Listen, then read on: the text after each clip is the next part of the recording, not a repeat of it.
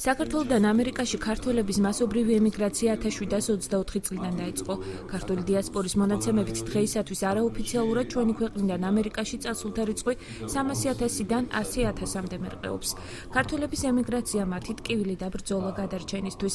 მათი ყოფა უცხო ქვეყანაში ნოსტალგია, ტკივილი და სიყვარული. სტუდია გუთანმა ფირზე აღგვიჩნდა. საქართველოს პატრიარქის კურთხევით დოკუმენტური ფილმის გადაღება ამერიკაში 3 თვეს მიმდინარეობდა.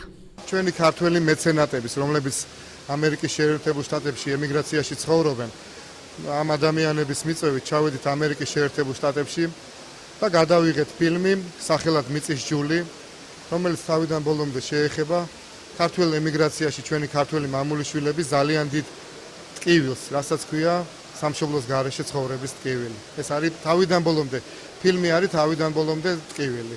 მიწის ჯული ასე ქვია 52 წუთიანი ფილმის, რომლის პრეზენტაცია დღეს ბათუმში ხელოვნების ცენტრში შედგა. დოკუმენტური ფილმის რედაქტორი გულის ტკივილით იხსენებს, რომ ამერიკაში დაბადებულმა 10,000-ობით ბავშვმა ქართული ენა საერთოდ არ იცის. ყველაზე შემზარავი რაც ჩვენ იქ ვნახეთ, იქ დაბადებული ქართველი ბავშვები, რომლებიც თითქმის ვეღარ მეტყოლებენ ქართულად, ეს არის ჩვენი უმძიმესი ვითარება და ტრაგედია. თუ დროზე არ მივხედეთ, ლაპარაკი არის 10,000-ობით ბავშვზე, ქართველ ბავშვზე, ჯერჯერობით ქართველ ბავშვებზე. მეთმა დაგვიფაროს ამისოთ. ვაჩვენეთ ჩვენს უწმინდეს და მან ასე გვაკურთხა, რომ ეს ფილმი უნდა შევიდეს ყველა ქართველის ოჯახში. სამისოთ დავიწყეთ პრეზენტაციები რაიონებში. ფილმის ჩვენებას ემოციების გარეშე არ ჩაულია. მაყურებლის თქმით, აღწერილი რეალობა მათთვის დიდ ტკივილს წარმოადგენს. ძალიან მტკივნეულია და ყველას უსურვებდი, რომ საკუთარ სამშობლოში საქართველოში დაბრუნებული. ძალიან კმაყოფილი ვარ.